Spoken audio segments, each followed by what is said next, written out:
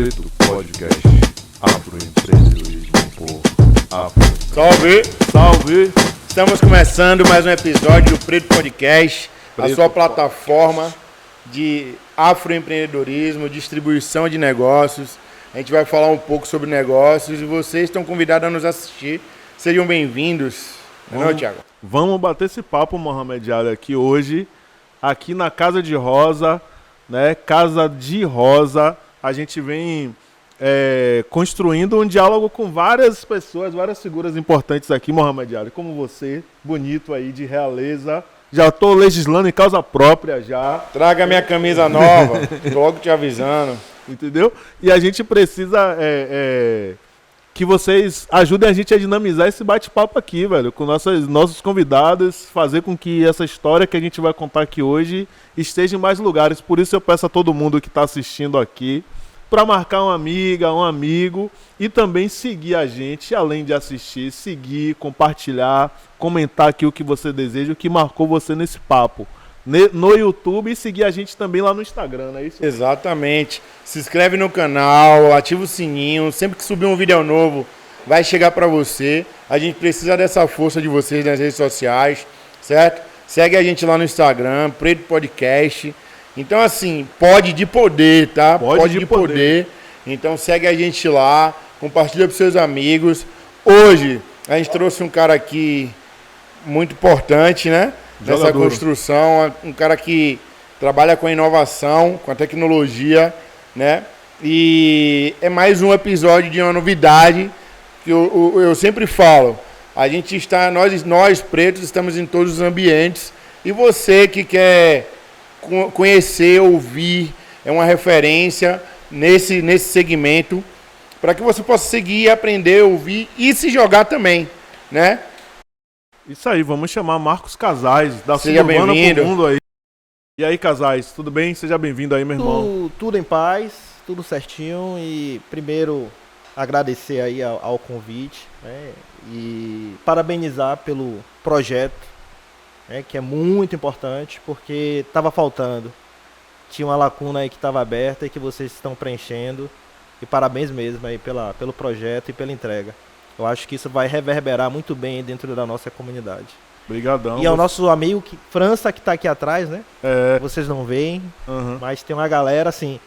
Toda vez que a gente olha um empreendedor, toda vez que a gente olha um projeto, olha um pouquinho para trás também que tem uma galera que está no bastidor que às vezes a gente não vê. Isso. E geralmente os empreendedores e afroempreendedores tem uma galera ali por trás que está suportando. Então é Isso. importante a gente Sempre tá com essa fortalecer galera, esse assim. apoio. Um clique França, Sivaldo França. Isso mesmo, nosso O parceiro. chorão, tá chorando já, Tá velho. chorando, Já já tá chorando, emocionado, emocionado. É o cara que manda no Instagram de todo mundo aqui. Velho, é importante você falar isso e a gente tá trazendo essas pessoas, assim, que são importantes na minha história, na história de Mohamed, na história do empreendedorismo pra gente nesse momento de crescimento, de debater as questões do afroempreendedorismo, de construir uma nova ótica sobre sobre essas questões para a comunidade negra, né? E por isso a gente chamou, velho, porque a gente sabe que você já esteve em alguns lugares, está em muitos lugares, mas também tem uma história muito potente. Eu queria saber de você de onde é que começa a sua história empreendedora, né? De lá, que você que vem de Piripiri, como é que começa na sua família, na sua vida essa história? Então vamos lá. Eu sou nascido na Liberdade, né? E com 3, 4 anos fui para Piripiri e passei uma boa parte de minha vida em Piripiri, vim, morei no centro e hoje de fato voltei e moro em Piripiri. A minha família tem aí alguns casos de empreendedorismo. Eu vi algumas coisas desde mais novo, mas eu não entendia muito bem. Mas minha mãe era sacoleira, cara. Minha mãe, ela vendia roupa. E ela se juntava com minha tia, uma tia que eu tenho como segunda mãe. E elas viajavam, acho que eu não lembro bem, assim, era Tobias Barreto, né? Ia pra Sergipe comprar roupa e chegava aqui e revendia. Então eu tive isso dentro de casa cedo. Mas não necessariamente como um estímulo direto. Disse, você vai empreender e tal. Já pro lado de meu pai, Meu pai sempre foi CLTista, em algum momento ali ele se aposentou e aí foi fazer outras coisas também, muito mais na questão autônoma. Mas referência mais direta e familiar, ela vem aí de minha mãe. Massa, massa. E você é de Salvador mesmo? Você é de Salvador? Sou de Salvador, nascido em Salvador. E aí na Liberdade, e a Liberdade foi algo que foi muito interessante, porque a periferia ela é uma faculdade, né? Tem coisa que se você for observador dentro da periferia, você aprende muito. E dentro da periferia, aí começaram aí algumas coisas do tino empreendedor, mas que pra mim era uma brincadeira. Eu, muito menino ali com 10, 11 anos, eu criava passarinho e vendia passarinho. Eu lembro da primeira vez que eu vendi um passarinho, lembro do cara que eu vendi o passarinho, e se eu ver ele em qualquer lugar, eu vou saber que é ele. Até porque eu tenho. É meu primeiro cliente. Seu primeiro cliente. Se eu ver ele em qualquer lugar, eu vou saber. Assim, eu tenho uma mente muito fotográfica. Então, se eu te ver hoje, daqui a 10 anos, se eu te ver de novo, eu vou saber quem é você. Eu posso talvez até esquecer seu nome. Então, assim, foi a primeira venda que eu fiz em minha vida, foi de um passarinho que eu criava, botava os casaizinhos lá e tal. Uma outra referência que é importante que eu tive era de um tio meu que vendia arraia, cara. E ele é um dos maiores produtores até hoje de arraia da Bahia. Então, assim, eu vou na casa dele até hoje, assim, tio, tem quantas arraias aí? Não, essa temporada eu fiz 50 mil arraias. Nessa pegada, sabe? Nossa. E aí, eu olhava ele fazendo arraia, e eu assim, cara, eu vou fazer arraia também, vou vender também arraia. Então, eu comecei a fazer arraia. Então, eu comprava o papel de seda. Como eu tava ali em Piripiri, tinha muito mato, muito matagal, ia para poder pegar a talisca de coqueiro, tirava a talisca de coqueiro, fazia as arraias, eu apiloava o vidro, né, peneirava o vidro, a cola, eu comprava o tablete de cola e colocava para derreter, vendia a cola. Rabada, eu desfiava o saco para poder fazer rabada. Na feira, e aí, cara, assim, de produção mesmo, manual, eu acho que aí eu digo que foi o meu primeiro negócio. E foi quando eu comecei, de fato, a colocar ali, ganhar um dinheirinho. E era uma coisa que era muito nata mesmo, porque eu não precisava necessariamente daquela grana, sabe? Diferente da maioria das narrativas que a gente ouve, eu não venho de uma estrutura de faltas. Uhum. Eu também não venho daquela abundância toda, mas de uma certa abundância, que me colocava ali em certos lugares e em certas situações, né, de, vamos dizer assim, vantagem, não necessariamente privilégio. Tinha uma base familiar, tinha uma base financeira ali por trás. Então eu não precisava daquela grana. Mas pra mim aquilo ali era uma brincadeira, assim. Quando, por exemplo, eu tava ali na Liberdade com meus primos e a gente criava passarinho, cara, eu descia pra Feira do Rolo pra vender passarinho. E comprar passarinho, cara. E aquilo pra mim era uma grande brincadeira. Ainda não tinha visão de negócio, né? Não tinha visão de negócio.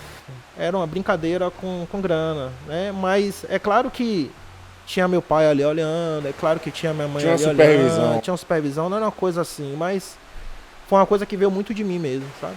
Bem natural, né? Bem natural mesmo. Empreender. E aí, dentro do empreendedorismo, eu acabei tendo uma grande referência que foi um dos meus chefes. O meu último chefe. E esse cara, ele é um cara fantástico. E eu tive a oportunidade de dizer para ele, recentemente, que ele foi o meu maior inspirador empresarial, propriamente dito. E o nome dele é Elísio Moitinho. Ele é dono de uma construtora. E foi um cara que me deu oportunidades maravilhosas, tanto dentro da empresa dele, quando depois eu saí da empresa dele para poder montar a minha. Então esse cara eu tive como referência, como ele organizava a empresa dele, como ele era respeitado, como ele conseguia comandar, né, muitas pessoas. Então era uma empresa de médio porte. E tinha uma coisa que era muito interessante desse cara, é que ele era um cara que todo mundo gostava. Todo mundo. Eu nunca ouvi ninguém falar mal dele, até hoje. Então, ele empreendendo para mim, eu achava assim, fantástico.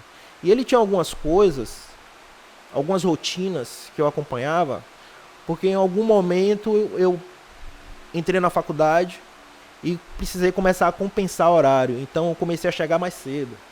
Chegava mais cedo no escritório. Então o horário era 7, às vezes eu chegava, ou melhor, o horário era 8, às vezes eu chegava às 7, às vezes eu chegava às 6h30, e eu chegava e o cara tava lá, trabalhando. E aí eu lembro uma vez... O cara tava de pé, onipresente. É, velho, e assim, eu não tô falando de uma empresa pequena, sabe, de poucos funcionários e tal. Eu tô falando de um cara que tinha uma estrutura legal. Sim. E que, se fosse olhar, talvez ele nem precisasse daquilo. Mas ele é um cara de raça, velho. Eu chegava e teve uma vez que eu perguntei pra ele, assim, você chega aqui 6 horas, e, inclusive eu chamava assim, de vez em quando eu chamava ele de você, mas geralmente de doutor, né? Porque quando a gente vem da área da construção civil, a figura do doutor, ela é muito presente. E eu falei assim, doutor, que hora que você chega aqui? Ele falava, Casais, quando eu chego aqui 6 horas, eu já chego tarde. Sim. E era isso, sabe? Então ele foi um cara que me despertou muito por empreendedorismo. Outra coisa que me despertou por empreendedorismo, e aí colocando nesse mesmo quadro aí de empresa e dessa mesma cultura que eu vi ali, eu era técnico em edificações. Isso que eu ia lhe perguntar, qual era a sua função lá, a sua formação para estar na empresa Isso, cara. E isso é interessante, porque eu era técnico, eu era muito novo, eu devia ter ali meus 18 para 19 anos, talvez ali 20. E ali foi o que definiu muitos gostos meus para tecnologia. Porque era uma empresa que fazia construção civil, mas também tinha algumas coisas de tecnologias voltadas para a segurança eletrônica. Então era uma empresa que instalava câmeras também, né? Porque ele fazia muita obra de Banco do Brasil, Bradesco. Sim. E quando eu entrei nessa empresa, eu entrei para ser técnico de orçamento. Então eu comecei a fazer orçamentos de obra. Tipo controladoria, Não necessariamente controladoria, mas eu fazia os orçamentos para que a empresa entrasse na licitação para poder ganhar as licitações. Que bacana. Só que tinha um detalhe quando eu estava naquela posição. Eu via alguns números da empresa. Então, era um espaço de confiança, né? Porque você, de certa maneira, você mexe com dados sensíveis. Então, eu sabia basicamente quanto é que custava o salário de todo mundo da empresa. Assim, uma média, né? Não exatamente, mas uma média. E eu entendia, comecei a ver e me chamava a atenção os lucros, né? Porque, cara, eu orçava, eu orçava obra de 10 milhões de reais, 5 milhões de reais, 1 milhão de reais. E aí foi onde eu comecei a entender o que era dinheiro e o que o dinheiro podia comprar. Sabe? Sim. E ele é um cara que gostava de muitas coisas muito boas, era um cara que tinha bens legais e aquilo ali me estimulou, sabe? Poxa, eu quero ser igual aquele cara, velho. Quero ser igual aquele cara. E aí você viu que empreender era o caminho. Era o caminho porque, sendo CLTista, eu nunca ia ter, eu nunca ia construir o que eu via ele construindo. A conta não fechava. E o que é que eu fazia dentro da empresa? Eu fazia a conta. Você viu os números, né? Você via a mágica acontecer. Eu via a mágica acontecer debaixo do meu olho, sabe? Então aquilo ali, assim, caramba, a posição que mais ganha aqui dentro é do dono.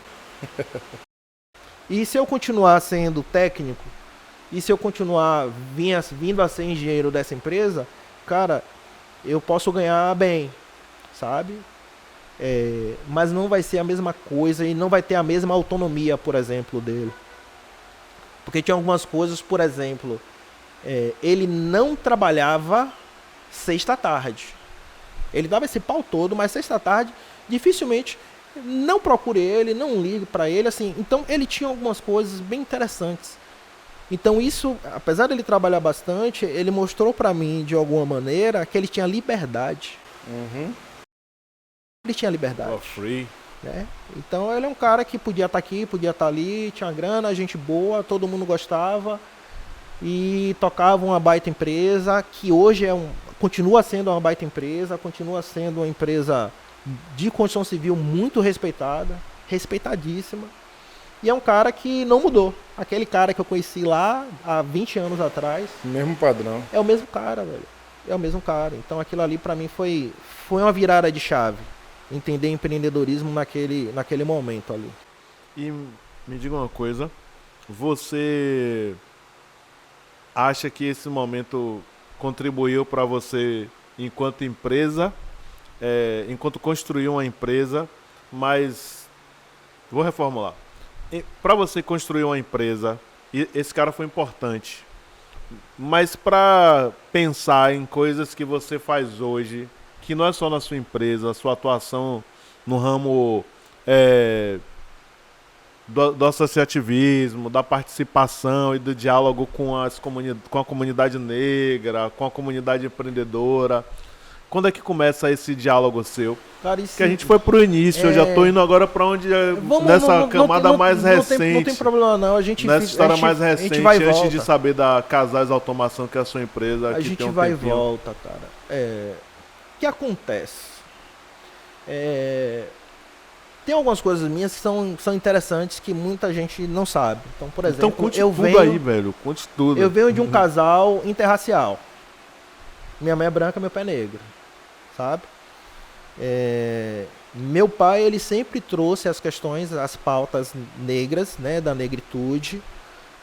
Não de uma forma tão teorizada. Apesar de que meu pai sempre foi uma pessoa muito politizada, extremamente politizada, muito inteligente. Meu pai um cara muito inteligente. Meu pai era um cara que, se você sentasse aqui para poder chamar qualquer assunto aqui, ele ia com você. Desenrolava. E eu tive o privilégio, inclusive, vamos voltar mais um pouquinho, mas eu tive o privilégio em crescer em uma casa que tinha biblioteca. Isso é fundamental. Eu tinha a biblioteca, tinha um cômodo da minha casa que era a biblioteca. Então, o meu dia a dia com livros, eu tenho algumas memórias infantis de ver meu pai deitado com um livro, né? E em algum momento eu fui tentar entender o que era aquilo, sabe? Aí eu peguei um livro vermelho, ele tinha uma coleção de um livro vermelho, eu fui olhar, eu lembro que foi Otelo de Shakespeare. Meu pai tinha uma coleção do livro de Shakespeare. E não só isso, ele tinha muitos livros. Então eu cresci no meio da literatura, sabe? Então eu lembro que a única coisa que eu não tive, que eu quis quando criança, foi videogame. Que ele disse que era a única coisa que ele não iria me dar. E eu lembro que quando eu pedi um videogame para meu pai, ele me deu uma enciclopédia de 30 volumes para mim e para minhas irmãs. Minhas duas irmãs, tenho duas irmãs. Então eu venho de uma construção de olhar dois lados. Assim, eu vi a questão branca, comecei a entender uns códigos brancos e também via também de um outro lado negro e também entendi ali de algumas coisas dos códigos negros. Mas quando eu trago e faço um recorte aqui para a questão da negritude, veio também de um incômodo muito grande enquanto empresário dentro da cidade de Salvador, onde Hoje eu tenho mais de 1.000 clientes de carteira e desses 1.000 clientes, 15 não são negros. Então, tinha uma coisa ali que eu... 15 não são 15 não são negros. 15 não melhor, são. 15 são me perdoe, negros. 15 são É negros. contra. É, Ao contrário. É ao Apenas contrário. 15 são negros. Apenas 15 são negros. Então a gente está falando aí de 1,5% de uma clientela de uma 1,5%. cidade de 84%. E aí você começa a entender a fratura social, que ela é diretamente ligada à raça em nossa cidade. E isso começou aí a me incomodar mais. Né? Isso não que não me incomodasse, mas era uma parada que começava assim, caramba, bicho.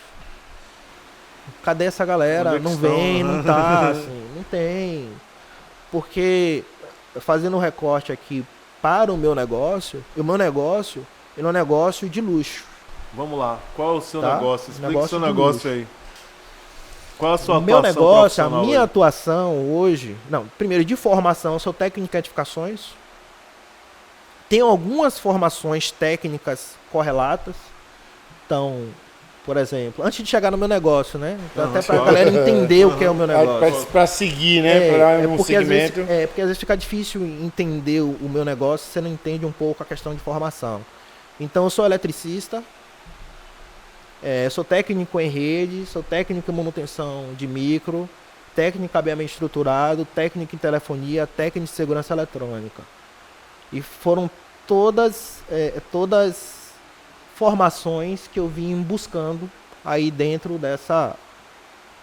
desse cenário de tecnologia e de instalações, segmento, né? do segmento. E como formação acadêmica, eu sou engenheiro civil. E em algum momento eu estudei também economia, mas acabei não prosseguindo. Concluindo. Então, com essa formação voltada em toda essa parte aí de tecnologia, de instalações e tal, né, de residências, eu comecei a ver que eu queria fazer alguma coisa diferente do que o mercado apresentava. Então, quando eu olho todas essas formações, elas foram um direcionamento de carreira para o que eu estava querendo fazer. Mas é difícil falar de toda essa parte de adolescência, né, de início de vida adulta, se eu não voltar um pouquinho mais. E eu acabo remetendo sempre a meu pai, né? Não só porque, infelizmente, eu acabei perdendo meu pai. Tem 100 dias, acho que tem 100 dias hoje. Isso. Né? Mas essas colocações dele iriam aparecer naturalmente, sabe? Hoje aparece de uma forma saudosa e de uma maneira importante para mim, inclusive. Mas eu fui preparado desde cedo para tecnologias, né? Para aguçar a curiosidade. Então, eu, moleque, meu pai me dava uns kits enormes assim de jogos de química. Daqueles da revista que vinha, ou de armar o corpo, ou de química, ou de Não, eletrônica. mais do que aquilo. Assim, eram as paradas mais assim, por exemplo, de ter microscópio. Sim, sim. Eu, Jogo de moleque, laboratório, né? eu tinha um laboratório. Porque na realidade, na pegada de meu pai, ele queria muito que eu fosse engenheiro químico. O sonho dele era engenheiro. Porque ele era técnico de processos químicos, de automação, inclusive, no polo. Então a parada dele era muito que me direcionando, assim, pra curiosidade. Aguçar Pra aguçar. o interior, né? Aquela... Sempre fui. Então, assim, na cabeça dele, então, por isso a questão, voltando aqui à questão do videogame, né? Que foi a única coisa que ele não me deu, que eu quis e ele não me deu.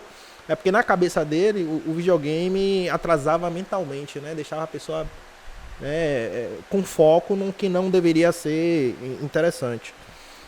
E essa construção dele, e não só dele, mas, é claro, junto com minha mãe, me colocou sempre em locais e em algumas visibilidades de possibilidades do que geralmente a maioria das pessoas que eu estava ali me relacionando. Então eu fui estimulado desde sempre. E tinha algumas coisas que meu pai fazia. Meu pai fazia N coisas, né? Uma das coisas que ele gostava era montar som. Ele comprava as caixinhas, ele mesmo cortava as caixinhas, montava para ele dentro de casa, né? E eu mexia muito no som, mexia em tudo. Ele tinha uma radiola, que eu desmontei a radiola dele toda, não acertei montar a radiola. E aí tinha um som que ele comprava, e eu ligava, religava. Então, aquela coisa meio que de eletrônica... Radiola é antiga pra porra. Velho. Irmão. Não, vou abrir logo o jogo aqui. Eu tenho 40 anos, em abril vou fazer 41. Então, não sou menino, tá? Então a cara de... cara de novinho aí. A cara é de menino, mas não sou menino. E aí, dentro dessa construção e dessa cultura, né, pro novo, eu fui sendo despertado. Muito despertado.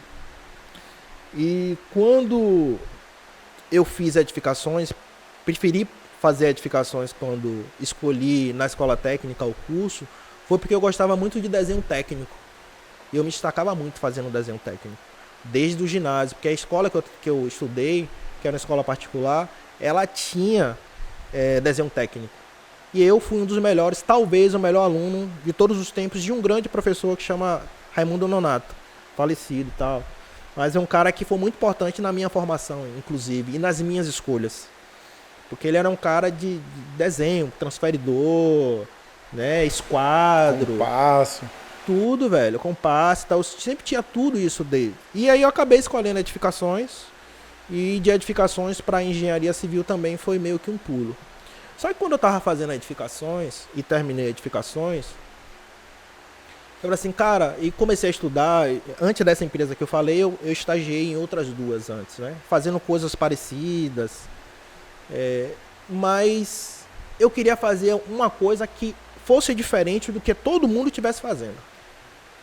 Eu não queria fazer a engenharia que todo mundo estava querendo fazer. E eu lembro que lá em casa sempre teve computador desde cedo. Eu sempre tive computador, quase sempre computador. Porque eu lembro que na escola, no ginásio, a gente tinha as aulas de informática. E quando eu tô falando no ginásio, naqueles meus primeiros contatos ali com o computador, eu tô falando de 93, 92. Windows 94. Então assim, eu mexia naquilo ali, sabe? E lá em casa, com a internet, aquele negócio do pulso de madrugada, do sábado, esperava dar 2 horas da tarde para poder entrar e tal. E eu ficava pesquisando um bocado de parada. E eu vi uma coisa que chamava automação residencial. E essa automação residencial, essa tal dessa casa inteligente e tal, casava muito com o que eu achava interessante, porque eu mexia nas coisas de eletrônico, né? Eu gostava de construção civil. Rolou um ensaio sem querer. E eu olhei assim, cara, é isso. É o lance de montar casa, né? Eu assim, minha parada é essa. Aí o que eu fiz? Eu vi um curso em São Paulo. Esse curso foi... Eu fiz ele em 2005, mas eu lembro que eu vi esse anúncio em 2004. Aí quando eu olhei esse curso, eu disse, rapaz, eu vou fazer esse curso. Não era um curso barato. Mas assim, eu lembro que eu paguei o curso, assim, meio que eu raspei tudo que eu tinha ali, porque eu trabalhava, né, não gastava. A única coisa que, quando eu comecei a trabalhar, que eu gastava mesmo, pra mim, era o curso de inglês. Que quando, com meus primeiros recebimentos, investimentos. Eu fui em inglês. E tinha uma grana importante até. E eu vi esse curso, cara, eu vou fazer esse curso. E aí a próxima turma seria em março de 2005. E aí eu olhei assim, rapaz, eu tenho um dinheiro do curso, mas não tenho dinheiro da passagem. Aí eu pedi a minha mãe para pagar a passagem. Minha mãe pagou a passagem. Março de 2005. Aí eu fiz o curso na Associação Brasileira de Automação Residencial. Fiz um curso de integrador de sistemas residenciais. Inclusive, se você me perguntar hoje, qual é a sua profissão? Eu digo que eu sou integrador de sistemas residenciais. É isso, minha parada é essa. Seu trampo é esse. Meu trampo é esse, integrador. E essas são essas novas profissões que vêm com as novas tecnologias. Só que eu conectei com isso Há um bom tempo atrás, há 16 anos atrás. Só 16 anos. Só 16. Fiz esse curso, velho. Fui, tinha uma tia que morava em São Paulo, que só tinha visto uma vez. Liguei pra ela, disse, tia, tô fazer um curso e tal. Ela disse, vem, meu filho. Mãe de minha mãe. Tia Lourdes. Cara, e quando eu cheguei em São Paulo, aquele negócio meio que chacoalhou a minha cabeça, saca? Outro universo, Eu vi né? um outro universo. Só que esse outro universo, ele tem uma construção anterior. E aí eu volto de novo para meu pai. Porque meu pai, volta e meia, ia fazer curso em São Paulo. E eu ficava assim, esse São Paulo como é? Sabe? E eu lembro algumas vezes de eu ir no aeroporto para poder ver ele decolando, entrando naquele avião da VASP, da Varig, né, que são companhias que nem tem mais, enfim. Então, eu fiz esse curso, voltei para Salvador com a cabeça extremamente chacoalhada. Tinha o estímulo de ver um super empresário no meu dia a dia, que era o meu ex-chefe. E botei na minha cabeça, encasquetei, que eu queria ser empresário. E que eu queria ser empresário em automação para casa. Um menino negro vindo lá da suburbana da Liberdade. É, cara, assim, tem coisas que se você for fazer sei lá, uma pesquisa e tal, você não se mete. Na realidade, eu não sabia onde é que eu estava me metendo. Mas resumindo essa questão da empresa, em 16 de setembro de 2005, eu abri o meu CNPJ.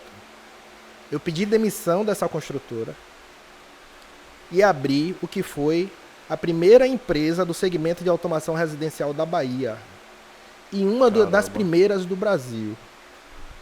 Se você me perguntar se eu estava fazendo isso tão conscientemente, não. Sabia, se eu perguntar a você sabia que o seu ineditismo era presente, que você era inédito, que não tinha ninguém aqui? Eu não tava nessa. Não tinha essa jornada não do tava herói. nessa parada assim de olhar, não. Eu só queria fazer, saca? Eu só queria fazer uma coisa diferente. Eu não queria ser aquele engenheiro que Do só entra ali, capacetezinho da capacetezinho bota, branco e cimento. tal. Eu não queria aquilo. Aquilo ali eu vivi, inclusive, né? Quando eu estava ali como técnico, né? Nas outras empresas que eu tinha trabalhado antes. Então aquilo ali foi legal. E foi interessante para eu entender o que eu não queria também. Então, assim, a jornada empreendedora, você em algum momento trabalhar para alguém, isso te direciona para você entender o que você pode ser ou não ser. Porque eu tinha visto coisas também que empresarialmente de pessoas que me comandavam, que assim, cara, eu nunca vou querer ser igual a esse cara. Se eu tiver uma empresa e tiver no lugar dele, esse jeito não vai ser o jeito que eu vou trabalhar. Então tem alguns aprendizados quando você está trabalhando. Então eu acho importante dentro dessa jornada empreendedora você entender o lado do empregado, sabe? Dessas construções. E eu cheguei, e é engraçado que eu cheguei com essa novidade lá em casa, né? Assim, cara, eu vou contar meu pai e minha mãe. Aí chamei meu pai e minha mãe pra conversar, sei lá.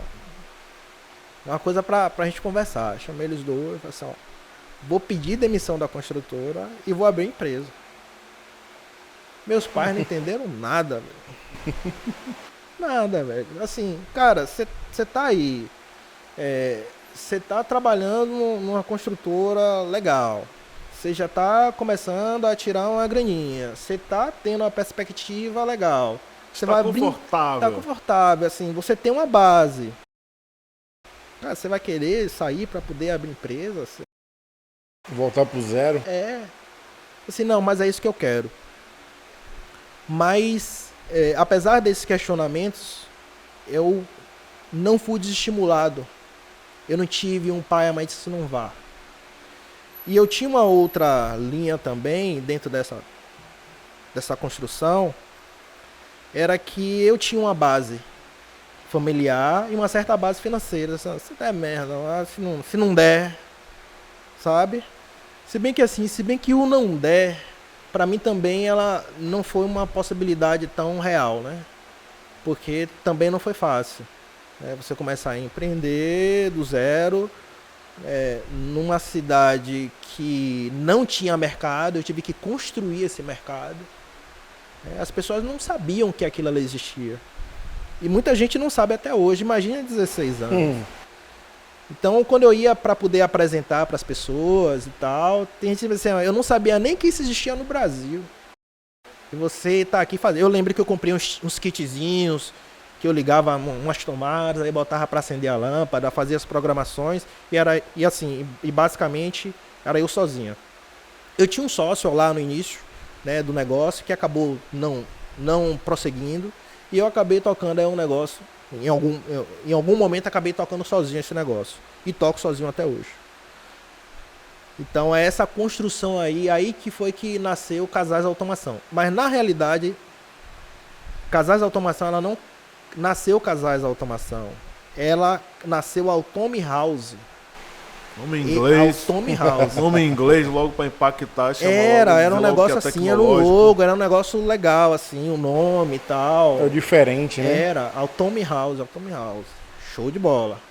Só que quando eu fiz 10 anos de empresa, para me diferenciar do mercado, porque já tinham outras empresas com os nomes parecidos, porque você tinha que dizer Automi House de Marcos Casais. Automi não sei o que lá de fulano.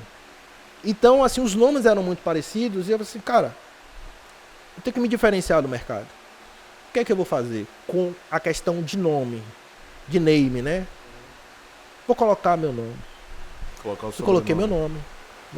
Então, hoje, Casais é de Casais, não tem outro, sabe? Sim. Então, isso foi importante também na questão de consolidação de marca e empresarial. E isso foi quando eu fiz 10 anos. No meu 10º ano de empresa, a gente teve essa mudança. Tem uma pergunta mais específica para você, que é, nós estamos falando da sua jornada empreendedora, da sua vida, e agora nós estamos falando da empresa. Aí eu quero saber automação, o que é essa automação e com o que a sua empresa trabalha, para a galera ficar situada aí hoje. Porque, vamos lá. São níveis amplos, mas você faz uma coisa específica, né? Algumas coisas básicas mais específicas. Automação é você poder controlar os equipamentos eletroeletrônicos de sua casa através de uma central, onde você consegue comandar praticamente tudo que é eletroeletrônico dentro de uma casa.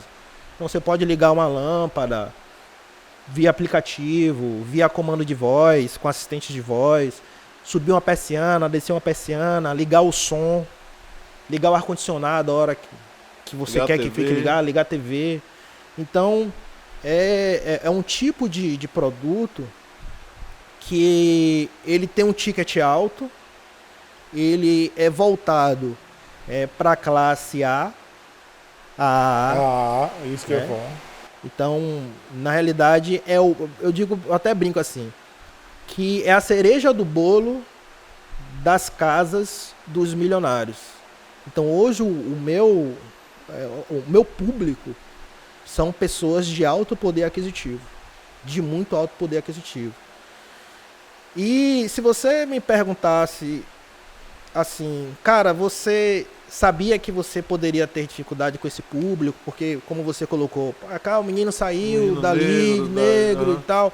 Cara, sinceramente, eu não vi nada disso. Não é que eu não via, eu sabia que existia, mas assim, eu ignorava. A minha parada era ignorar. Assim, tá, tudo bem, problema eu vou trabalhar, Mas não é uma construção simples. Essa, de imagem, de você ter um nome e ter uma empresa saído da periferia, que hoje ele é completamente associado ao mercado de luxo. E um mercado de altos tickets. E você disse que não sabia se Salvador também tinha, né? Eu fico me perguntando como é que você desbravou essa selva aí, ou descobriu, sei lá. Tá, não necessariamente que não tinha. Que não tinha, eu sabia. Tá? Mas que eu estava assim, que esse ineditismo era algo tão importante, Não. Porque quando eu fui abrir a empresa, eu fiz um estudo de mercado. Eu fiz uma projeção de vendas. Antes de abrir a empresa, eu fui estudar o que era ter uma empresa. Então eu não simplesmente cheguei, vou abrir um CNPJ. Não foi desse jeito. Tem todo um estudo técnico, né, por trás. Isso. Que eu acho que todos os empreendedores, eu acho não, tenho certeza, que todos os empreendedores precisam fazer. Né? Até para saber onde você está indo, o nicho que você está se jogando, se vale a pena investir nisso, até para você depois não ficar Deus dará, né? Não ficar no meio do caminho. E ficar no meio do caminho é muito fácil. Muito fácil. Domingo, eu tava revirando algumas coisas para postar TBT. E eu vou postar, é engraçado, até quinta-feira, uma reportagem que eu fui capa do jornal de tecnologia, do Jornal à Tarde, de 2006. Caramba. Falando sobre tecnologia. Foi uma das primeiras matérias nacionais sobre tecnologias de automação e casas digitais. A gente até poderia ter visto, mas não viu, não sabe que era você. Pois é, velho. Assim, 2006 essa parada. E eu tenho isso guardado e eu peguei justamente no meu plano de negócio que eu fiz antes de abrir a empresa. Eu tenho ele lá encadernado, bonitinho. E tá lá. Todas as informações. O que eu queria. Teve muita coisa que deu errado. Mas também muita coisa que deu certo. Inclusive, coisas que deram mais certo do que errado, porque senão eu não estava no mercado. Até porque foi planejado, né? Planejado. Teve um planejamento. Tiveram uma série de coisas que deu errado. Tomei cascudo, muito cascudo, sabe? Assim, não foi tão simples, não. Foi uma jornada dura. Porque hoje esse mercado é um mercado que as pessoas já conhecem. Quero fazer automação na minha casa. Antes não. Você sabe o que é automação? Eu posso fazer. Era diferente. A comunicação com o cliente era diferente. Você, como eu digo, catequizar um mercado de tecnologia é mais ou menos você dizer assim, chegar no mercado e dizer assim, você nunca teve um smartphone, eu vou te mostrar um smartphone e vou dizer para você por que você precisa usar um smartphone, porque ele é importante na sua construção do seu dia a dia. Então, isso foi o que eu precisei fazer lá atrás. É a venda direta, né? É você ir prospectar clientes e ir atrás do público. Hoje é aquela coisa que a galera já conhece, a galera vem buscar e tal. Casais, dentro disso tudo que você contou pra gente, o seu público é a A+, né? Que a gente fala, um público que tem um diferencial, tem um poder aquisitivo. Quando você chega, né, e para mostrar o seu trabalho, que as pessoas veem lá, Casais Automação, né? Que as pessoas veem quem é Casais, o cara Marcos Casais, gera um impacto nessas pessoas? Gera. E era pior antes. Porque antes, se você observar, smartphone é recente. Esse negócio de WhatsApp com foto é recente. Quando eu falava com as pessoas e ligava para poder oferecer o serviço, as pessoas... Era ligação, né? Velho. A pessoa não tava olhando, assim, eu não tinha uma fotinha. Não tinha, assim... Eu tinha site até e tal, né? Tinha algumas coisas ali que eu fui colocando, implementando, mas as pessoas não sabiam o que era eu. E quando eu chegava, cara, assim, eu já passei por situações bem interessantes, vamos dizer assim. E isso para mim era uma leitura também, né? O cliente ele faz uma leitura de quem tá do lado de lá. Quem é rico não é besta, sabe? E eu comecei a entender o que é a pessoa rica e entender a mentalidade da pessoa rica e os gatilhos que você tem que usar para a pessoa que tem grana, quando você vai vender algo para uma pessoa que tem grana. E eu aprendi isso cedo, porque eu era muito observador. Muito observador. Mas tinha algumas coisas que, por exemplo, fulaninho, diretor de tal empresa e tal, e tal, e tal. E aí eu ligava e tal, não, vem aqui, eu quero ver e tal. Cara, e quando eu chegava, tinha algumas coisas que, assim, expressões, 2 expressões faciais. Ou as pessoas enrugavam a testa, ou abriam o olho assim, ó. Dúvida ou surpresa? Dos dois. Não. Os dois. A expressão dos dois. de dúvida, o que é que esse cara tá fazendo aqui. isso E a também. surpresa, esse cara que é o. cara, Sacou? Esse Esse pichote. cara, assim, eu tenho 41 anos com essa cara. Imagina lá atrás. Um menino. Um menino. Só que era o seguinte, assim, eu sempre. Eu estudava o que eu sabia do meu produto, eu sabia do meu negócio, eu sabia vender bem o meu negócio. Em algum momento eu achava que não. Em algum momento ali eu achava que não. Algumas crenças limitantes também, né? Que eu tive também durante esse processo. Mas aquele momento de surpresa, pra mim era interessante. Porque da surpresa, eu fazia com que o cara ele passasse a me admirar. Eu tenho clientes que são fãs meus. Muito fãs meus. E gente de muita grana. Assim, eu sou muito respeitado. Né? Pelo meu posicionamento, como eu me coloco no mercado, como eu entrego. Eu sou muito responsável nas minhas entregas, muito correto com os meus clientes. Então, o cara que ele olhava pra mim assim, cara, se ele realmente fizer o que ele tá se predispondo a fazer, massa, vamos lá. Ele não tá aí à toa. Ele não chegou nisso à toa. E eu era um vendedor, sou um vendedor muito bom, assim, sabe? Assim, às vezes quando eu ia pro cara, eu não saía sem um cheque assinado. A gente tá falando de cheque, né? Mas era um cheque mesmo, eu recebia muito cheque. Eu não saía. Tinha venda que eu não perdia nem. Se o cara olhou pra mim, irmão, ele é meu. Dificilmente eu perdi um cliente quando eu tinha olho a olho nele. Então o que talvez pudesse parecer talvez ali algo de empecilho, de dúvida. É claro que a dúvida tinha, mas eu já sabia como é que a cabeça do cara, né, funcionava. Então eu sabia onde é que eu tinha que tipo de informação que eu tinha que começar a dar para ele começar a confiar em mim. A conexão, né? Se conectar. Assim, eu tinha essa parada de conexão. É um negócio meio estranho, porque, cara, foi muito natural essa parada, sabe? E não uma parada simples, fácil. Eu quero te perguntar uma coisa.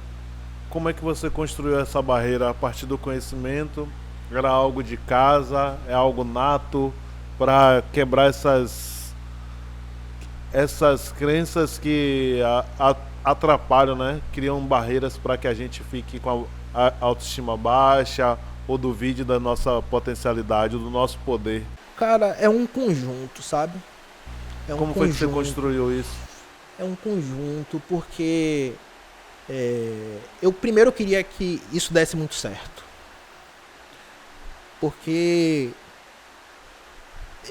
muitas pessoas duvidaram de mim. Muitas pessoas duvidaram de mim. Muita gente. E assim, isso me dava certa assim, não, eu vou pegar, eu vou fazer. Eu vou ser. Né? E eu vou ser o melhor, sabe? E eu sou um cara reconhecido nacionalmente. Meu trabalho é reconhecido e respeitado nacionalmente. Né? 2019, eu apresentei em São Paulo, durante um congresso, um dos 9 melhores projetos do Brasil de automação residencial. E foi o único do Norte e Nordeste. Pô, que massa. Você ter essa noção, saca? De como hoje, do nível que eu cheguei dentro do meu segmento. Pô, valeu mesmo. Parabéns. Só que não é fácil, não foi fácil. e quebrar essas barreiras, assim, de sair de uma comunidade pobre, de uma mentalidade não tão pobre, tá? Mas querer mais. Assim, eu sempre fui muito ambicioso, não necessariamente ganancioso. Talvez se eu fosse um pouquinho mais ganancioso, eu tivesse um pouco mais de coisas do que eu já tenho hoje, mas ok, tudo no seu tempo, né? Enfim, tudo faz parte de uma construção. Mas eu sempre fui muito ambicioso, desde moleque. Eu não queria ser mais um. Eu nunca quis ser. Não queria repetir o Não queria. processo, né? Não queria repetir certos processos. E eu sabia que empreender era um caminho para a geração de riqueza, saca? Só que tem algumas questões que vão te travando, né? Então, quando eu volto e falo sobre vender, né? Eu me achava, não sei porque eu me achava um mau vendedor. Pô, você não vende. Só que eu controlava bem assim meus números. E quando eu vi um histórico empresarial de 8 dígitos, eu assim, cara, você não é mau vendedor nem aqui, nem em qualquer outro lugar, velho. Porque isso aqui tem gente muito boa que vai fazer a vida inteira e não vai fazer um terço disso. E você fez em pouco tempo.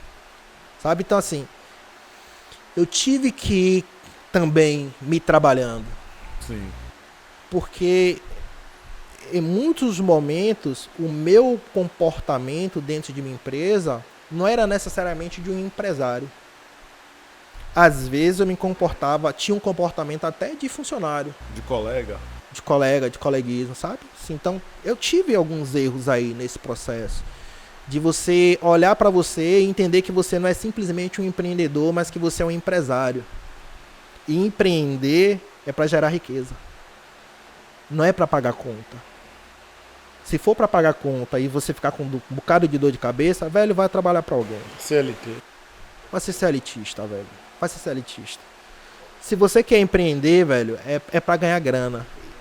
E ganhar dinheiro, sabe? E não ter medo disso. E nem de falar isso. Eu quero ganhar dinheiro. Pronto. Cara. E essa é uma dificuldade histórica que é colocada pra gente, a questão da grana, sabe? A relação com o dinheiro. Com o dinheiro. É difícil pra comunidade negra. Não, tá tudo beleza. Tá tudo beleza? Tá tudo beleza. É porque a gente tá também aqui falando assim, a gente fica aqui conversando, se olhando, pra gente se corrigir na postura. Não, Eles claro. estão aí nessa pegada aí. Pedir esse momento pra você, porque a gente precisa registrar. Nosso brother aí, pedir a todo mundo pra seguir Um Clique França, né? Siva, o nosso fotógrafo, o cara que tá aqui na nossa produção, fazendo essa articulação aqui pra gente. Fale aí suas redes, Casais, pra galera seguir, ver seu trabalho, né? A da automação, Marcos Casais, Marcos com U, Casais é Casa ES, casais.automacal, que é o meu Insta. E o meu perfil empresarial é Marcos com U, Casais só. Então eu mantenho 2 perfis. Então eu tenho um que eu comunico as questões empresariais e outra que eu comunico diretamente ali para o meu público. Né? Então eu tenho um trabalho mais arrumado e mais focado, direcionado, né? de serviços feitos. Então eu tenho essas duas redes. Uma é mais cartesiana, né? A outra é talvez um pouquinho mais relaxada. Sua vida. Não, lifestyle. não. Fale sério. Meu lifestyle está em um perfil fechado. Sim. Esse perfil fechado, assim, acho que tem menos de, 300 e poucas pessoas. Aí lá eu coloco tudo. Casais, nesse bate-papo, geralmente eu tenho um direcionamento de algumas perguntas, né? E na minha visão, eu venho te perguntar, pra você, empreender é poder? É. Por quê? Porque se você empresaria, não necessariamente empreende, empresaria com foco voltado para prosperidade, é poder. Porque dinheiro é poder. Isso é o X. É grana. É grana, velho. Assim, e a gente não pode ter medo de falar de dinheiro. A gente não pode ter medo do dinheiro, porque colocaram medo na gente o tempo inteiro, porque é sujo, porque é isso, porque é aquilo. Mas assim, quem ensinou isso muito tempo, sabe qual era o poder do dinheiro, e sabe que quando você tem grana, principalmente numa sociedade capitalista, em algumas coisas você acaba se igualando, principalmente quando você tem poder de compra. Então, infelizmente a gente está nessa sociedade. Então, se eu chego com o meu carrão, eu posso ser confundido ali com o motorista, mas a depender de como eu me comporte, o outro lado vai entender que é meu. Depender de como eu me comporte. No primeiro momento ele vai achar que não, mas depois, a depender do comportamento, ele vai entender que é meu. E aí começa a se gerar uma questão de curiosidade. E essa curiosidade passa por um quase respeito. Não necessariamente respeito. Cara, se aquele cara conseguiu aquilo, ele, no mínimo, ele não é burro. No mínimo, ele não é burro. Então, é assim, empreender, ele é poder. Empreender, hoje, eu acredito que seja a principal, ou talvez uma das principais, possibilidades de mobilidade social. E quando a gente fala dessa palavra bonitinha, mobilidade social, eu estou falando é deixar de ser pobre e ser rico. Sabe? Assim, e de olhar assim, cara, eu quero ser milionário. Cara, eu quero ter a lancha, eu quero ter o jet ski, eu quero ter um carro melhor. Quero ser o coroa da lancha, né? O coroa da lancha, saca? Então, assim, quando eu tô nas minhas mentorias e tal, assim, cara, qual é o seu objetivo como empresário? Assim, cara, nos próximos 5 anos, eu quero que minha empresa, ela tenha um valor de mercado de 50 milhões de reais. Velho, e é isso que eu tô buscando, velho. Que mude E de assim, status, né? Mude de status. muda. Sempre de status. MEI para ME, para uma... Isso, e para outras SA e SA, tal. eu sei. Então, é olhar além da subsistência. É claro que a gente tem problemas graves para o cara virar essa chave da cabeça, de perseguir, por exemplo, o primeiro milhão. Cara, a gente não fala sobre, no geral, né? Sobre essas paradas, diz assim, é muito comum em algumas comunidades se falar do primeiro milhão. Quando é que você vai alcançar seu primeiro milhão?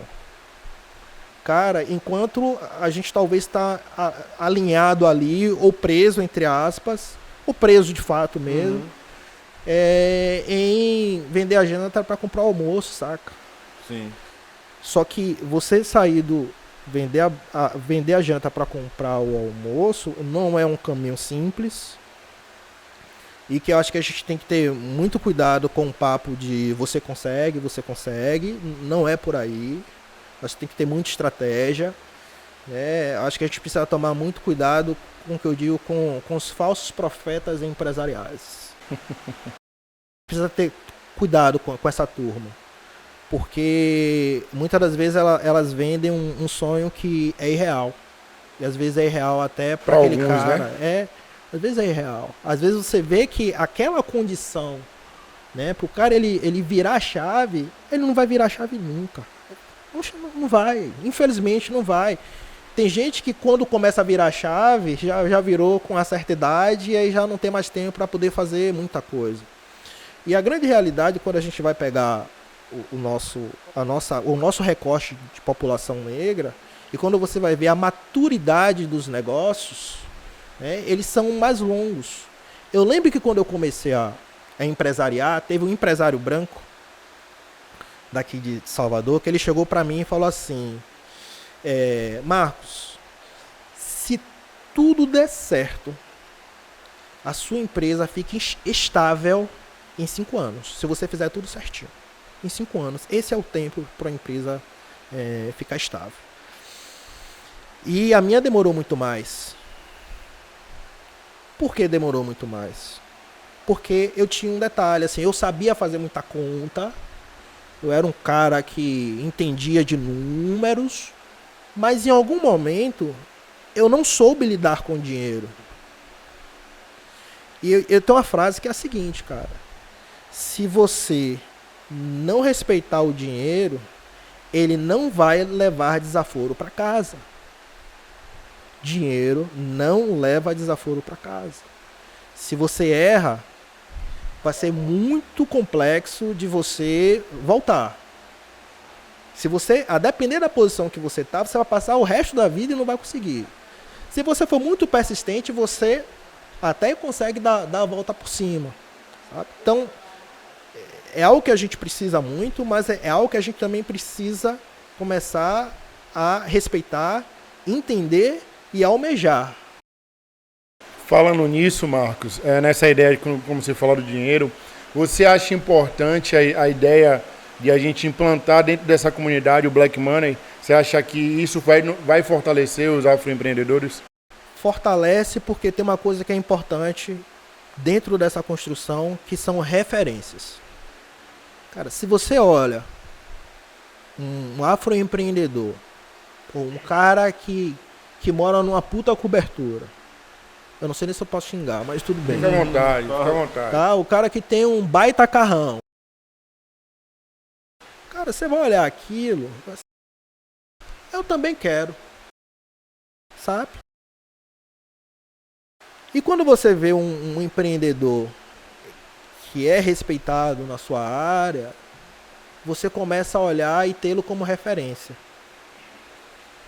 A gente tem um gap muito grande de mentores, sabe? Então, você ser referência para uma geração que está vindo por aí é muito importante, porque é uma meninada que precisa olhar e ver pessoas, homens e mulheres pretos bem-sucedidos com seus negócios, financeiramente, porque não é o que é ensinado a essa geração.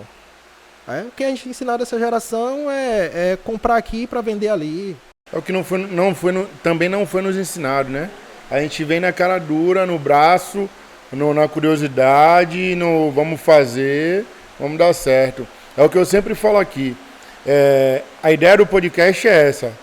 Trazer pessoas como você, como outros convidados, que têm uma estrada, que já têm um resultado, para ser referência para essa galera que está chegando, né? Para que eles possam visualizar e enxergar que é possível também para eles, né? Porque o que passa na TV, o que passa na TV aberta, por exemplo, é a marginalização da nossa comunidade, dos nossos jovens, o tempo inteiro, né? Essa referência de negatividade. E a gente traz aqui pessoas com resultado para mostrar para essa galera mais jovem, a galera que está chegando com vontade de fazer o diferencial, de que é possível, né? Você tem um nicho completamente diferente do que a gente está acostumado a falar de empreendedorismo, principalmente na nossa comunidade, né? Que é esse nicho da automação, esse nicho da galera mais, né? Diferente, pô. E isso as pessoas vão visualizar, vão assistir aqui a gente e vai ver que é possível. Mostre para o seu filho, mostre para o seu primo, o seu vizinho, que é possível sim ele estar numa visão diferente, num negócio diferente, para que ele possa também se inspirar e querer fazer também. Por que não? Né? E até pedir a galera também que está vendo essa história aqui, você não está me dando essa liberdade, mas você que tem algumas dúvidas, quer saber como é que atua, quais são, com detalhe, esses meandros do dia a dia de uma empresa de automação e tudo mais, fala com o Marcos Casais aí, ó, no Instagram dele lá, fala com a gente, troca essa ideia pra gente poder fazer essa troca mútua mesmo e mais próxima mesmo. Eu acho que é super bacana ouvir, Marcão, a gente... como é que é o passo a passo, sabe, de cada empreendedor. A gente fica aqui, às vezes, super calado, super porra. Onde é que eu encaixo tal pergunta? E vocês vêm e respondem logo depois do que a gente está pensando, ou que a gente está com dúvida. E dizer que é saudável demais. Marcão, é importante ver toda a sua história, né? O passo a passo e tudo mais da gente construindo, mas de como você construiu a sua história, né, da contribuição que a gente precisa ter para a comunidade negra, desse pensamento mesmo de que evoluído desse momento histórico que a gente vem vivendo agora, de falar sobre dinheiro, de falar sobre construção de negócio, posição empreendedora. Mas eu queria trocar ideia com você e que você falasse com nossa turma aqui do podcast sobre um ponto que é um ponto que para o nosso ecossistema é interessante, né? Da sua história, que é a participação em associações, né? Em espaços coletivos, né? Que constrói-se uma rede, que conecta com o que a gente já construiu, participou em vários lugares e dão desdobramentos muito positivos, né, pra gente. E que pode, nesse momento, a gente pode, é sensível agora a gente analisar, mas que daqui a 5 anos, 10 anos, a gente já vai conseguir ver resultados dessa construção. Me fale aí sobre a Agis, você que foi vice-presidente da Agis, o que é a Agis, se você acredita que associar-se é importante. Vamos lá, antes de eu entrar na Agis, eu não sabia necessariamente que existia a Agis. Mas eu sabia que existiam outras organizações empresariais na cidade. Por que eu sabia disso? Porque os meus clientes, a maioria deles, fazem parte dessas associações. Porque eu atendo grandes empresários. E grandes empresários estão, de uma maneira muito geral, muito conectados com outros grandes empresários. E com essa conexão, para que o empresário ele possa ter voz, principalmente de influência econômica e influência política, eles passam a se organizar em associações. Nós daqui da Bahia temos a primeira associação, que é a Associação Comercial da Bahia, a primeira associação das Américas, que foi criada em 1811. Então, existem duas coisas, né? 3. Tem um empreendedor, tem um empresário e tem quem empresaria de fato. Empresário de fato, assim. E esse empresário de fato é o cara que tem, ou a mulher que tem, geralmente são homens, né? A maioria nesse espaço são homens. Eles têm esse poder de interlocução para que o ambiente jurídico e o ambiente econômico os favoreça. Então, quando a gente vai pensar em empresariar, empreendedorismo, em negócios, você tem uma base que está ali por trás apoiando isso. E que são essas associações organizadas para que exista um fortalecimento da classe empresarial, para que elas possam buscar os seus, vamos dizer assim, direitos, por mais que naquele momento não necessariamente seja um direito. E essa estrutura é uma estrutura que está aí, ela é posta e ela é muito importante dentro do empresariado. Só que a maioria dos empreendedores, empresários negros, acabam não tendo acesso a esse espaço, porque são espaços de poder. Então, essas associações, elas começam nessa linha. Tanto do fortalecimento, de você trocar, de assim, tô passando por um problema, né, dentro do meu negócio. Cara, como é que foi que você resolveu e tal? Então a gente começa isso dentro de uma estrutura perversa, né, somente para o povo preto, mas ela vem, né, com o passar dos anos, se estruturando na questão do poder. E eu comecei a perceber isso dos meus clientes, porque eles estavam sempre em reunião. Assim, eu percebia que eles se conheciam, e isso para mim também era um código, né? assim, alguns nomes, algumas pessoas, quando eu ia levar, por exemplo, para poder apresentar a automação, alguns nomes eram chaves. Porque eu fiz de fulano, porque eu apresentei a ciclano, porque fulano que me indicou. Então as portas vão se abrindo. Contatos, né? Os contatos vão se abrindo. Enfim, e aí nós temos as associações que estão aí hoje, os empresários que estão defendendo seus interesses. E aí, eu pensei, dentro de um planejamento estratégico meu, eu coloquei que no ano de 2018, isso foi 2017, 2018 eu ia começar a me conectar com outros empresários. Isso foi planejado. Então, com esse planejamento, eu entendia que eu também deveria estar nesses espaços. E que esses espaços seriam espaços que eu iria me comunicar com pessoas que poderiam me direcionar a novos clientes e eu formar uma base dos meus clientes futuros. Porque nessas associações estão também a turma que vai comandar política e economicamente a cidade. Então, eu acabei fazendo um caminho não nessas associações mais seniors, nessas associações dos cabelos mais brancos, mas nas associações jovens. E aí eu fui para a AGE. A AGE é a Associação dos Jovens Empreendedores da Bahia, que tem 16 anos. E ela é uma associação que visa fomentar o empreendedorismo na Bahia. Então ela tem algumas linhas aí de comunicação, ela tem algumas linhas aí voltadas para capacitação, né, e voltadas para representatividade. E a questão da representatividade aqui é que é importante. Por quê? Nesses espaços estão sendo formados os jovens empresários, estão aprendendo como se faz para poder comandar e influenciar política e economicamente o empresariado da cidade. É isso que acontece nesses espaços.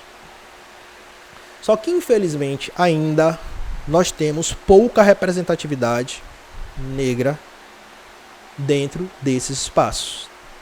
E a gente, nesse momento, é tão importante a gente entender esse movimento e se aproximar disso, porque hoje a gente tem uma turma jovem, empresários jovens, que não estão naquela linha de dizer que aquele ali não é espaço para você. Empresário afroempreendedor. Muito pelo contrário. Eu fui muito bem recebido dentro da associação. Tanto que em poucos meses eu passei a ser coordenador do segmento de startups, porque eu tenho um trabalho voltado para a inovação. E logo em seguida eu me tornei vice-presidente, sendo o primeiro vice-presidente negro de uma AGE na Bahia. E sendo, dentre o presidente e presidente, o segundo do Brasil em toda a história de todas as AGEs que tem no Brasil. Você hoje é vice-presidente nacional? Não, vamos lá. Vice-presidente nacional não. Hoje na AGE, como acabou a gestão, eu estou como conselheiro. Okay. Porque quando você passa por essas cadeiras, você vai para uma instância que você vira conselheiro para quem vem depois. Bacana. E é uma estrutura que ela é tão bem criada e ela é tão bem arrumada que faz com que outras pessoas também aprendam isso. Façam negócios, né, se capacitem e tenham representatividade empresarial. Então, são esses espaços que se aprende a conversar com o governador, se aprende a conversar com as grandes empresas, se aprende a começar a empreender em alto nível. Então, a conversa começa a ser diferente de vender o almoço para comprar a janta. Hoje, como é que eu estou dentro do associativismo. Terminou a gestão como vice-presidente. Em seguida, eu passei a ser diretor de Relações Institucionais da CONAGE, que é da Confederação Nacional do Jovem Empresário. Da mesma maneira, por exemplo, que localmente as associações jovens elas se comunicam, a exemplo, com o Sebrae Bahia ou com a Unidade Salvador, a confederação se comunica com o Sebrae Nacional, por exemplo, para poder fazer grandes projetos. Então, essa atuação é uma atuação mais ampla.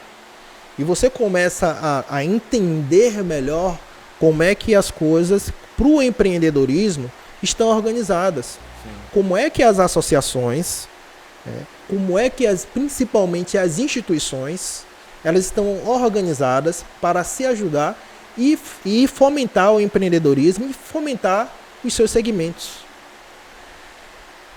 Então, existe uma linha que ela é muito importante, que o nosso povo precisa entender e precisa se aproximar do associativismo empresarial.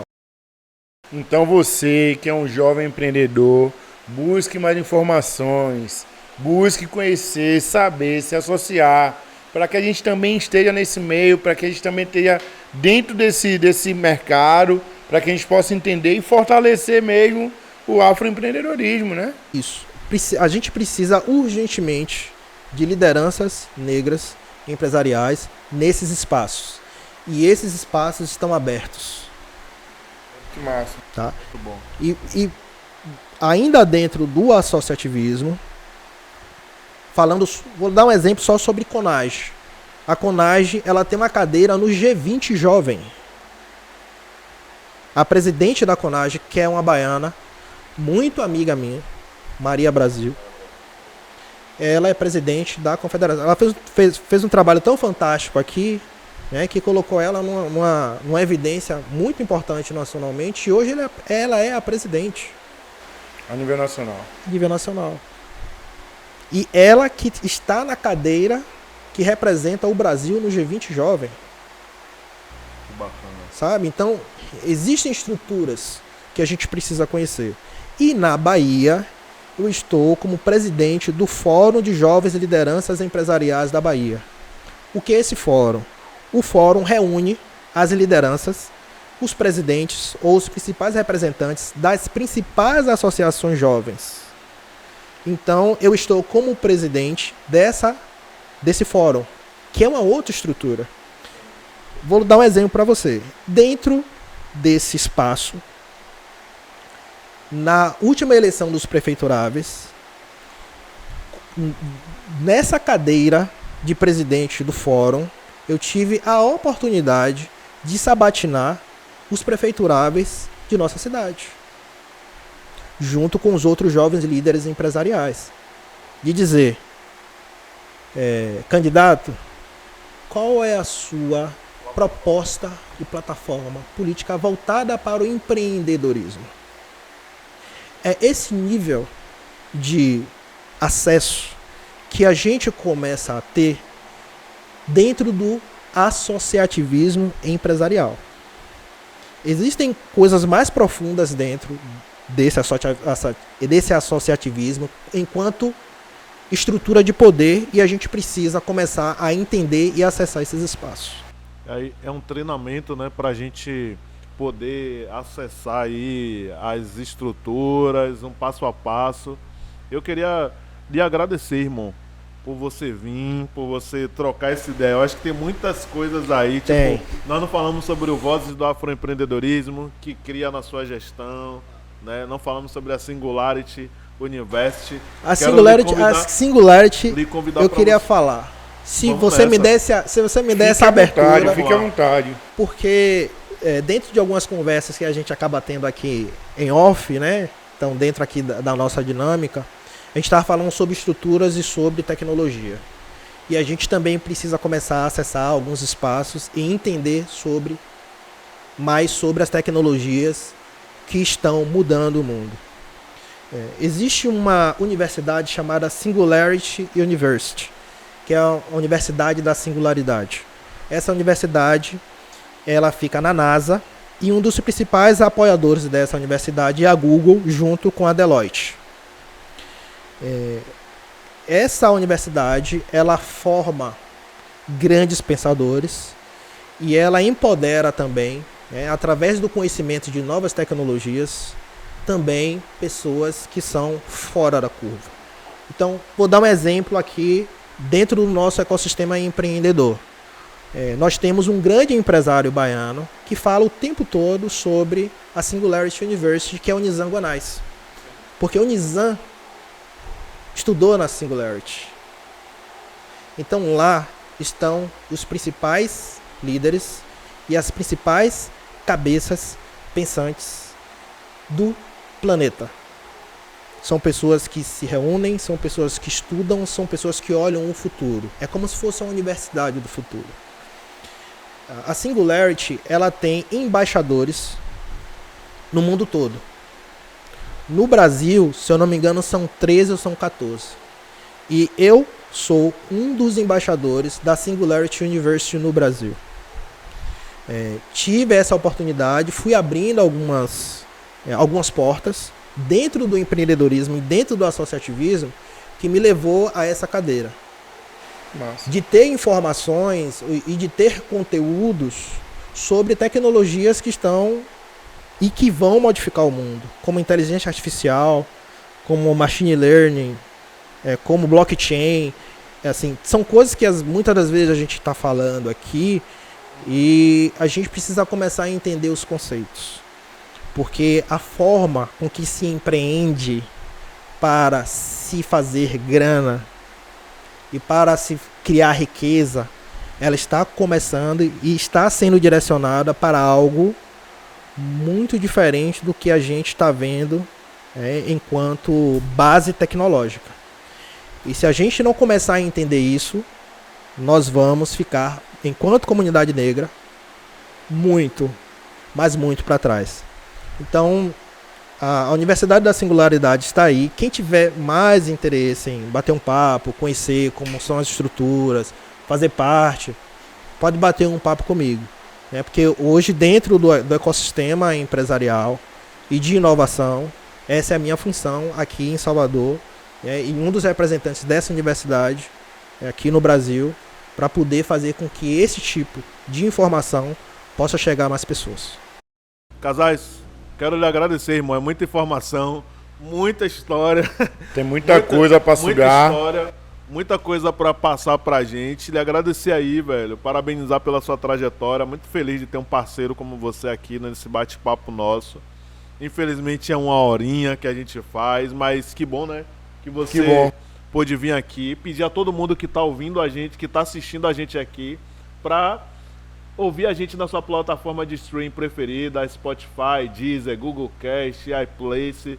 Escolha a que você quiser e ouça a gente. E brigadão, não é isso? Exatamente. Se inscreve no YouTube aí, segue a gente no Instagram, segue Marcos, bate um papo com ele, procura saber o que é o associativismo, fala também sobre a Singularity, né? Vamos movimentar essa comunidade, vamos fortalecer, vamos ocupar esses espaços. É necessário que nós estejamos nesses lugares. É importante que a gente participe desses lugares para que a gente cresça e que os jovens, os nossos, possam visualizar isso. Marcos, obrigado por você trazer essas informações para a gente nesse momento, né? Falando sobre inovação, falando sobre automação, falando sobre associativismo, falando sobre afroempreendedorismo. E vamos para frente. Gratidão, muita gratidão mesmo. Valeu, galera! Valeu, pessoal. Muito obrigado, primeiro, pelo convite, por ter aberto as portas aí do Pod. E a gente pode. A gente pode. Preto Podcast. Obrigado a todos. Preto de Poder. Estamos aí. Valeu, um abraço. Podcast Afroempreendedorismo por Afro.